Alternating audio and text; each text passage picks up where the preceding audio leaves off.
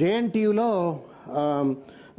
వాస్తవానికి Centre for Good గవర్నెన్స్లో mains evaluation జరిగింది అని చెప్తారు.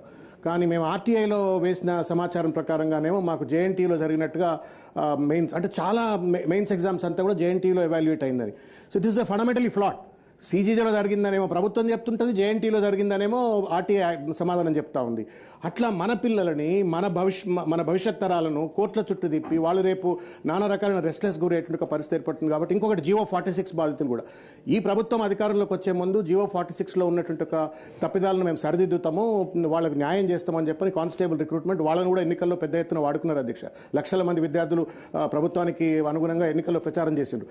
అధికారంకి వచ్చిన తర్వాత మా మహేష్ గౌడ్ గారు వారు కూడా ఇక్కడ ఉన్నారు, వారి దగ్గర కూడా బయట చాలాసార్లు రిప్రజెంటేషన్స్ ఇచ్చిన సందర్భాలు ఉన్నాయి. కాకపోతే వాళ్ళని పట్టించుకున్న దాఖలేదు. వాళ్ళు వాళ్ళ సుప్రీంకోర్టులో ఉన్నారు. నేను ఒకటే అప్పీల్ చేస్తా ఉన్నాను ఏంటంటే, what could be done by the government in legitimate in constitutional manner. There is no need for them to push the students to go to the courts. కోర్టులకు వెళ్ళి వాళ్ళు డబ్బులు ఖర్చు పెట్టుకొని నానా ఇబ్బందులు పడి మన పిల్లల్ని మనం కోర్టులకు పోకుండా దయచేసి ఆదుకోవాలని చెప్పని ప్రభుత్వాన్ని నేను విజ్ఞప్తి చేస్తాను.